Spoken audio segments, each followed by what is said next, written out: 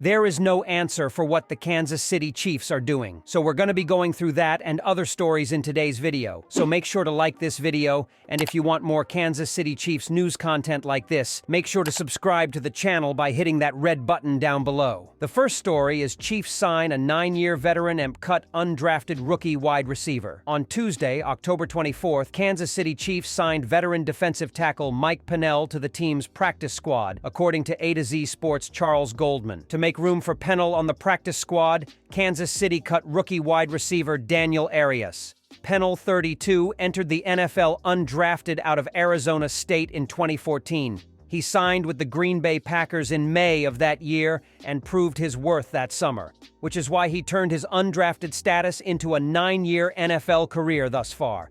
Chiefs Kingdom will remember Pennel due to this being his second stint in Kansas City. The Chiefs signed Pennel as a depth piece for the defense in 2019. He spent 2 seasons with the team and was part of the championship squad that won Super Bowl LIV. Pennel, who stands at 6'4" and weighs 330 pounds, played in 22 regular season games for the Chiefs and registered 53 tackles, 3 quarterback hits, 2 tackles for loss, and 1 sack, according to Pro Football Reference.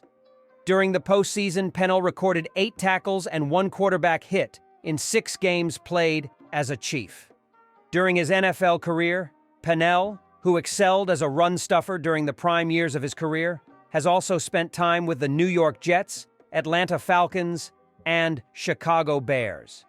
Mike Pennel is the only defensive tackle on Kansas City's practice squad. The Chiefs currently have 4 defensive tackles on the 53-player roster: Chris Jones, Derek Nunati, Tershawn Wharton, and Matt Dickerson. On October 19th, the defending Super Bowl champions waived rookie 6th-round pick Keandre Coburn with the hopes of re-signing him to the practice squad. It was a maneuver to make room for defensive lineman Charles Omenihu, who had been suspended for the first 6 games of the regular season.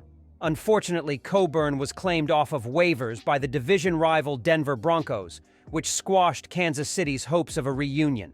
So Pennel seemingly fills the spot that was going to be filled by Coburn on the practice squad.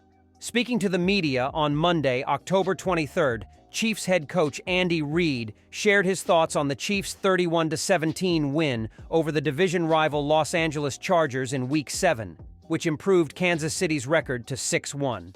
Very much like last night, or evening, what I said after the game, I thought all 3 phases contributed. The defense, I thought, played very well, Reid said during his press conference. I mentioned defensive coordinator Steve.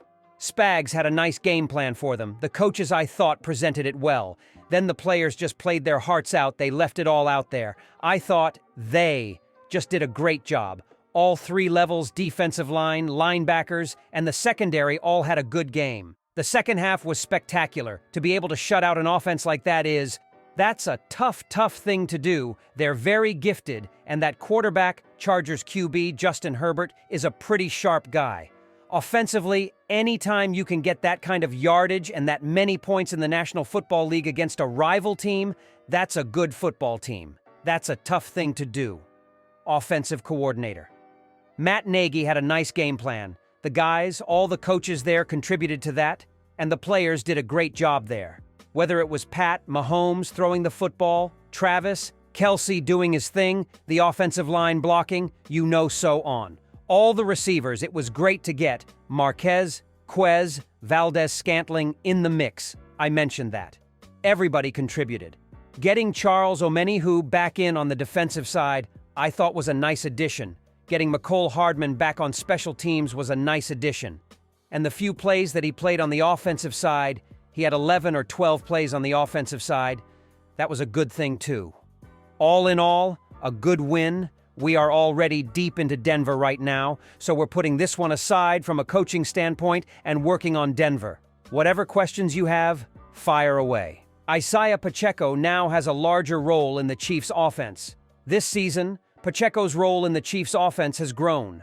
After becoming the team's lead running back as a rookie, Pacheco is taking up an even bigger chunk of the backfield's snaps and handoffs this year. He currently ranks 7th in NFL rushing attempts. That hasn't happened simply because Pacheco is carrying the ball well, and the second-year back recognizes that.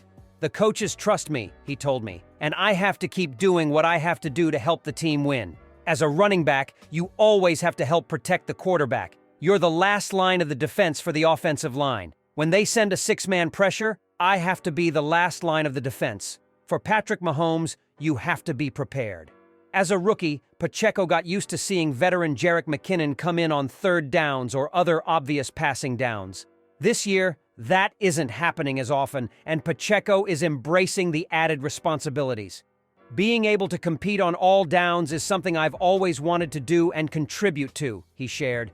I'm just trying to be available for Pat. If there's a busted play, I'm trying to find open space to get the ball and make something happen.